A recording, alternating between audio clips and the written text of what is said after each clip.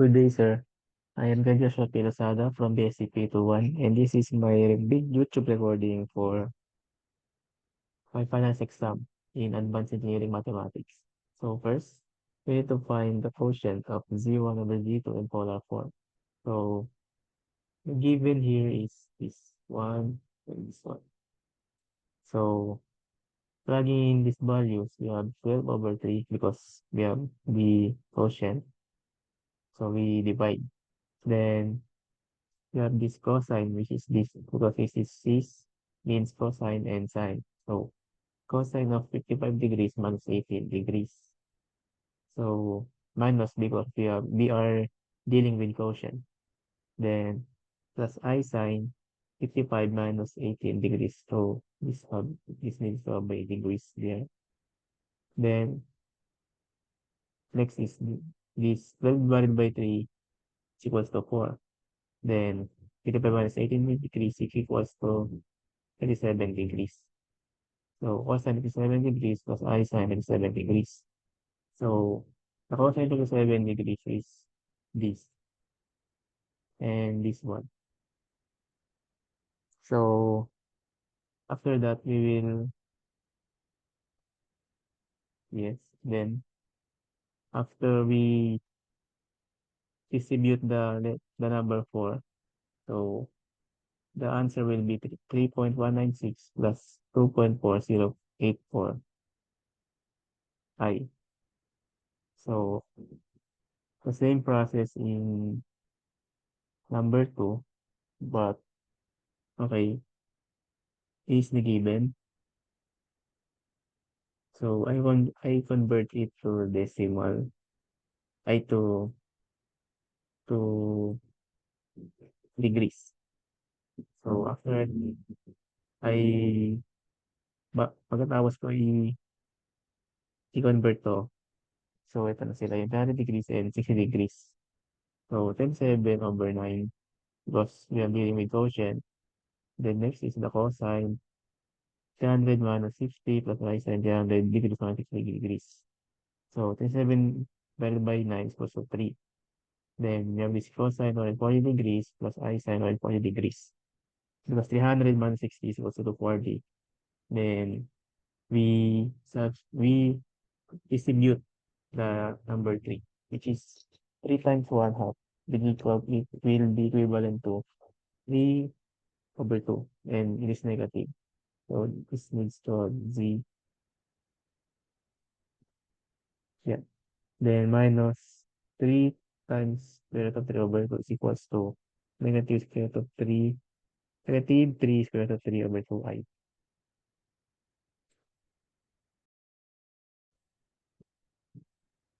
The next is this given 6 minus 7i. We need to plot the complex number. So first we need to find the moduli, which is given this equation to find the value of r, which is the square root of x squared plus y squared. So substituting those values, we have r is equals to the square root of 6 squared plus 7 squared, which is this, the real number and the imaginary. Then next is r is equals to the square root of 36 plus 49. Then we have on the r, which is equals to the square root of 85. Then next, we need to find the principal argument, which is given this equation. So substituting those values, we will get this decimal. So arc z is equals to the theta is equals to 310 degrees. And this is the formula.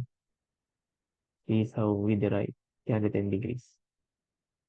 So we'll now have the value of z, which is equals to the root of 85, and tan is a negative 1 over negative 0 number 6 arctangent. Then we plot those values.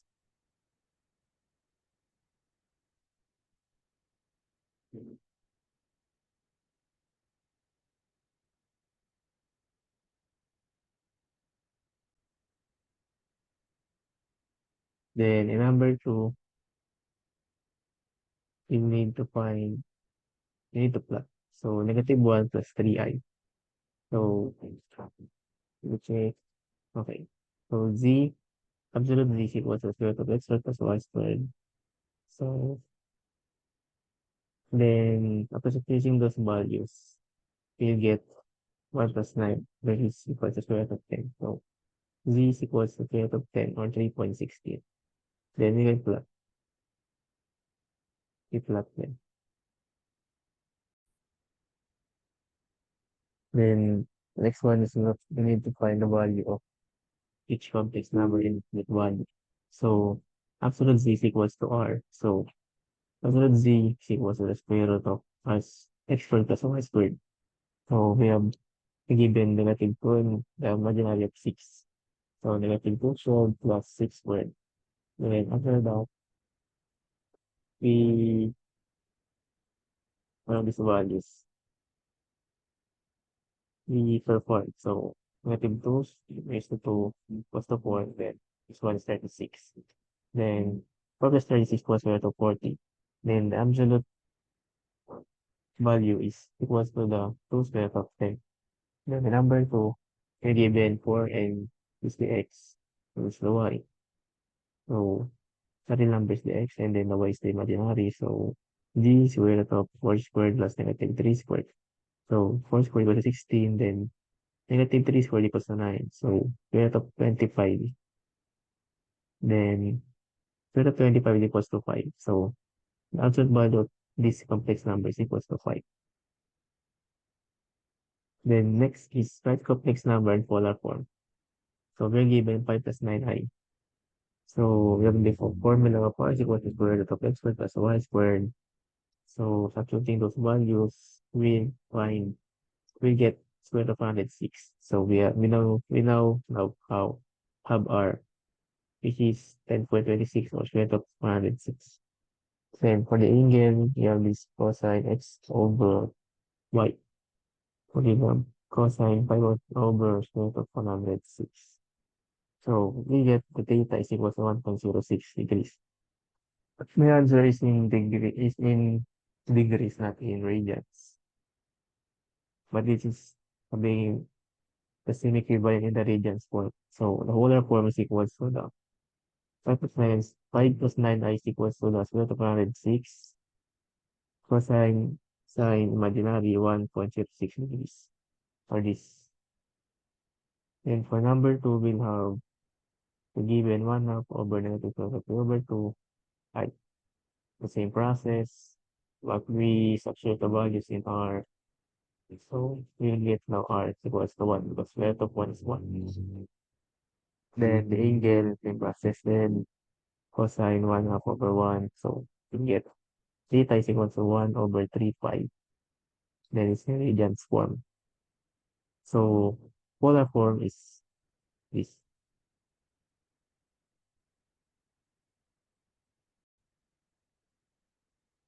So next, we need to transform the complex to polar from this polar to rectangular. So we have the given z is equals to 5 cosine imaginary sine 5 pi over 6. So, so z is equals to 5 cosine 5 pi over 6 plus I sine 5 pi over 6. So we just, we just distribute. So the next step is distribute 5. So we multiply 5 to cosine 5 over 6 plus I sine 5 over 6 from this. The same step of multiplying this 5. So after we kanina, ginawa natin dito kasi inano lang, pinag inano lang, sineparate lang yung cosine tsaka sine sa 5/6. So, ito yung literal na multiply natin yung 5 sa baba. So, 5 times negative square root over 2 plus 1/2. So, this need I, this need 1 I. So, z is equals to the negative 5 square root over 2 plus 5/2i. Then for number 2, is when we given z is equals to 3 cosine imaginary sine 40 degrees, and then 40 degrees in radians form is equals to 2 over 9 pi. Then z is equals to 3 cosine 40 degrees plus I sine 40 degrees. So v is equals to 3 times 3 cosine times 2 over 9 pi, which is this. To convert it to radians. Convert the 40 degrees to radians. Then, after evaluating cosine and I, plug in the sine, the cosine and the sine, next step is this. We have, we have 0.766 plus 0.643i. Then, multiply this 3. We will distribute 3 to the value of cosine and the sine after. So, z is equals to 2.298 plus 1.929i. So, this is a rectangular form. We have a real number and an imaginary in the x and y. Then next, we need to find the product of z1, z2 in polar form. So, so we are given this to given. We need to multiply. So z1, z2 is equals to 2 times 5 because we multiply 2 and 5. Then cosine 89 degrees plus 23 degrees. We use addition because we are multiplying. We are in the product. The next step is add these two values. So we get 112 degrees. Then this 112 degrees, we can convert it to radians. So the radians form it is 28.45. Then the next step is evaluating this cosine and sine. So multiply to 28 over 45. Then we get these numbers. So after we get these numbers, we multiply the 10. We distribute. So z1, z2 is equals to negative 2. Number 4 plus 9.37i. Then same process in number 2, we given one z1 and z2. So z1 and z2 is equals, z1 multiplied to z2 is equals to 10 times 6. Multiply these two numbers. So we are given in the radians form of 5 over 6. So this naman, ginawa ko naman siyang pa degrees. Then evaluating those, we get 30 degrees per 30 degrees, which is 90. Then, kung ako dito, binalik ko pa siya sa radians form. Magpakahirap lang ako. Then, after that, we get 1 over 2 pi plus I sine 1 over 2 pi. So, evaluating those cosine and I sine, we get 0 because cosine 1 of pi is equal to 0 plus is 1. Means I sine 1 of pi is equals to 1 I. So, isilip lang natin. 60 times 0 equals to 0. Then 60 times 1 equals to 60. So, we have 60, 60i.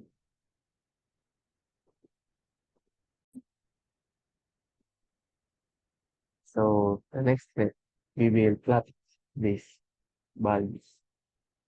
We plot the values of z, which is all fixed numbers we need to plot. Then we need to evaluate their moduli and their principal arguments. So first we need to find the moduli, which is given this formula is equals to x squared of x plus y squared. So substituting natin tong values na 1 plus 7i, we'll get r is equals to 1 plus 49. So 1 plus 49 equals to 50, then square root of 50 is equals to 5 square root of 2. So we have now the modular. The next is the principal argument, which is given this is arctangent, which is the arctangent phi over x. So arctangent 7 over 1 is equal to 7. So we have now the theta or the degree of 32 degrees. Then we plot 0 degrees, 90, 180 to 70. Then given tayo ng r is equals to pag-square root of 2, ito yun. sa gitna. And ito yung point kung saan, ito, makita natin tong, yung given na to na z. May x siya, saka y. Then, next is into degrees. So, malapit na siya yung degree natin. Itong linya na to. Malapit na siya 90 kasi into degrees. So, yun yung number one. Then, next, itong letter B. Same process. Kung natin yung R, just the moduli, ano pa natin try 1. After doing all of this, we get 1. Then, principal argument, same price lang din. Nakuha natin is negative 60 degrees. So, negative 60 degrees. Yung multiply natin siya naging sa 5/180 is equals to negative 5/3. Ang sabi, kapag nasa quadrant, ano tayo, quadrant 2, we need to add ay 5. So, ginawa natin, kung yung nakuha nating value kanina, yung negative 5/3, dagdagan natin yun ng pi, which is naging 2 pi/3 na siya. So, yung ginawa naman, convert lang natin siya sa degrees. Naging, bali 180 degrees siya. Then, ito na yung ano natin. Ito yung z. Ito na yung pinaka-equation natin. So, kanina, 0, 90, 180 to 70. So, yung given, ito yun. Then, yung linya na, yung degree, ito yung 120 degrees. Kasi nga, nasa quadrant na tayo, nagdadag tayo ngayon ng isang 5. So, yun lang. Kasi naman, same process, kung paano pa yung moduli, yung pinakamadaling process. So, R natin ngayon ulit is equals to 1 ulit. Then, ang ating principal argument ay nakuha natin ay negative 45 degrees or negative 5/4 in radians. So, ito Z. Then, Z is equals to 1. Ito lang yan. Then, nung simulat natin, ito na siya. Yung given ito. Tapos, ito yung angle natin. Tapos, ito, yun lang.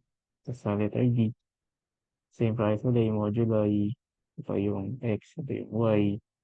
Substitute lang natin. Negative 12 square plus 5 square din.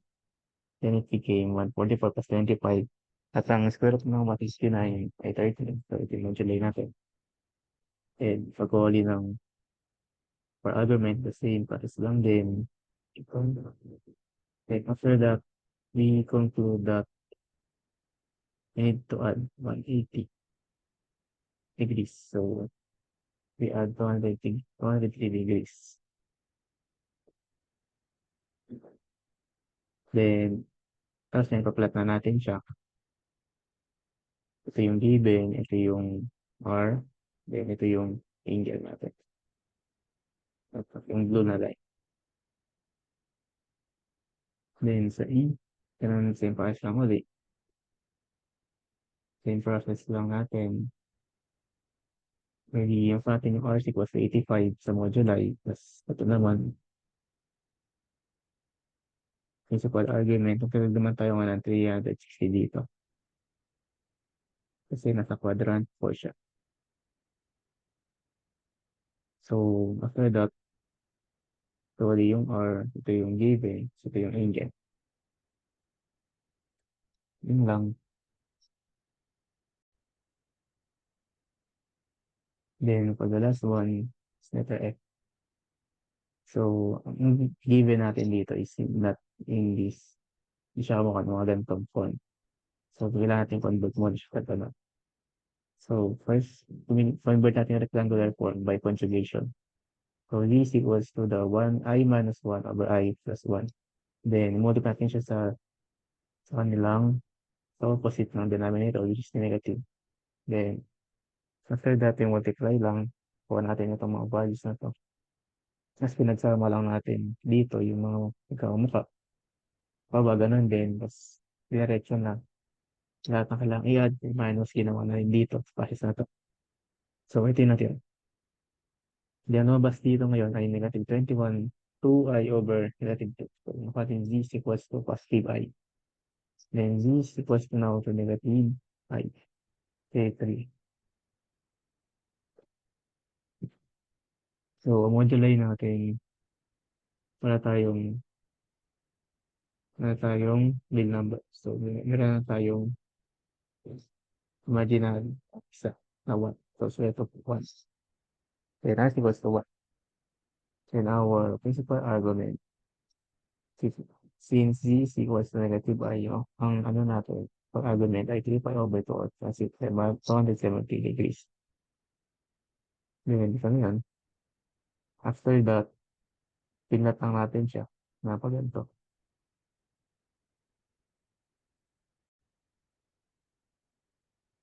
Then, for the last one, the Laplace. So, is the formula of the Laplace, yung given, then, ito naman yung given na binigay sa atin. So, ang given, sinabshare ko natin, is this one. So, the first one is 0 to 1.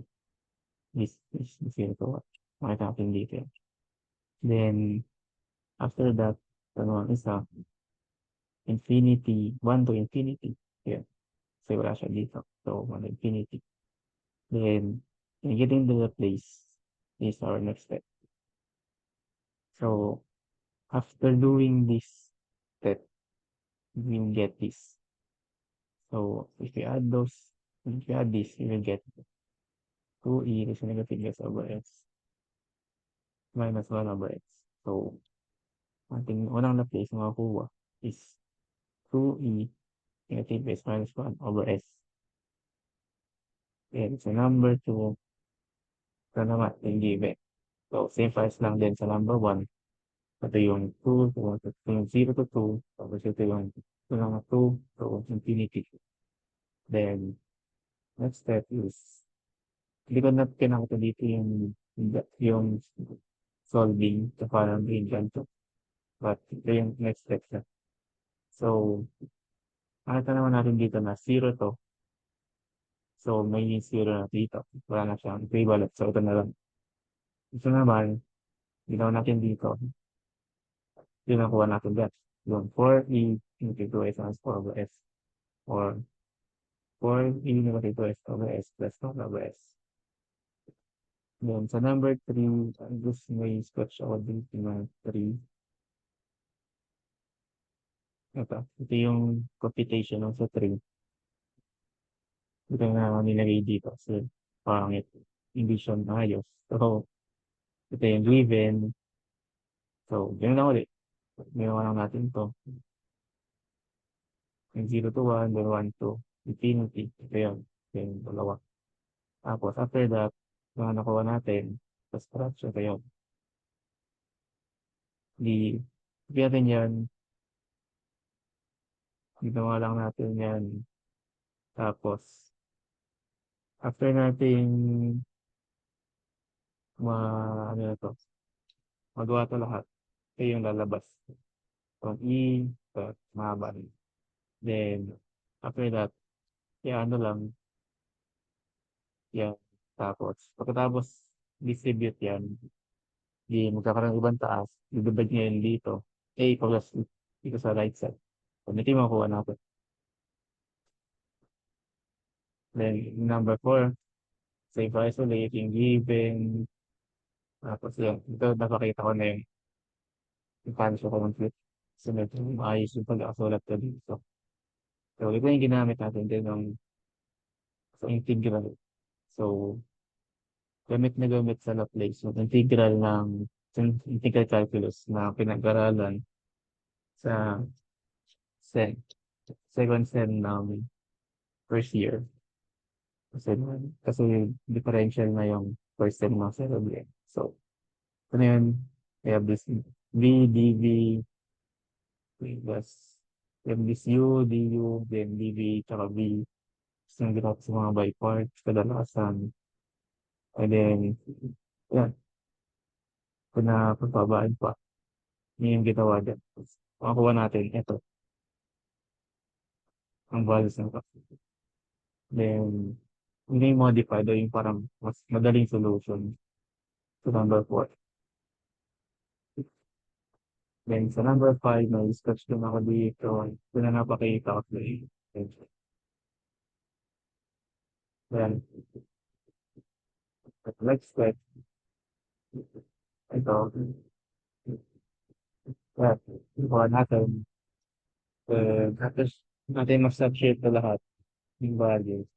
Yung, na lang natin. Pinas. Tapos, yun yung lalabas. Sa 6, ganun din.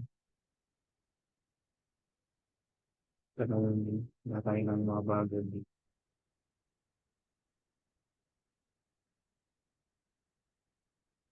6. Ganun pa din. Given pa rin yung formula, lahat. So, makita naman natin ulit dito na may 0 tayo dito. So, next na yan. Okay, 0 siya agad. Yung ano yung pinakita dito yung pinamabilis na so, nung matagal na process, pato sunod. So, ito yung lumabas doon. Then, makita naman dito 0, tas variable, tas pinipili. Ano na rin yun. So, ano yun? So, dito, ganda natin. Isubit lang natin. Tapos, yung natin. So, tingnan ko ba natin dyan? Natin makuha yung minus lang. So, ito yung parang answer natin. Tapos, sa 7, ito, given na naman dito yung graph. So, ito yung nakuha kong yeah, kita rin yung the place. Okay, resulting those is the place. Nakuha tayo. So, nakita dito 0. So, 0 agad. So, wala na siya. Then, next step. Ito na siya. After evaluating this, nakuha natin to. Then, last natin, ito yung magawa natin. So, number 8, ito lang din, same process. Yung given na graph, yung nakuha natin. Okay, ito yung formula na place. Meron naman tayo dito ang 0. So, tanggal na ito, 0 na siya agad. So, ito naman, 1 to 2, please. Mas 2, mas 2, ito yun. Tapos, yun lang. Ganun din sa lahat. Then, next step, syempre, i-evaluate natin sila. Ito yung makuha natin. Tapos mo, ito na, kuha natin to. Ang valuation nito. Then, ganun yan, ganun lang pinakita kung paano. Pero, ganun lang siya. Makuha natin itong sagot na to. Then, sa number 9, ganun ulit. Kuha tayong dalawa. Kuha tayong dalawa from the graph. Then, maraming to 0 na naman siya. Then, 0 na to. Tanggal. Then, ito na lang yung magagawa natin ng replace. For that, ito. Then, evaluate natin ulit. Input natin ito. Tapos, after evaluating this, ito yung makuha natin. Yeah, i-add lang natin. Ito na yung pan-answer. So, sa number 10, medyo tricky siya, which is, ito, makita natin 0 rin makuha dito. Then, wala na siya. 0. Then, ito na lang. Yung sagot na. Evaluate lang natin. Evaluating leads. Ito na yun. An answer. Thank you po.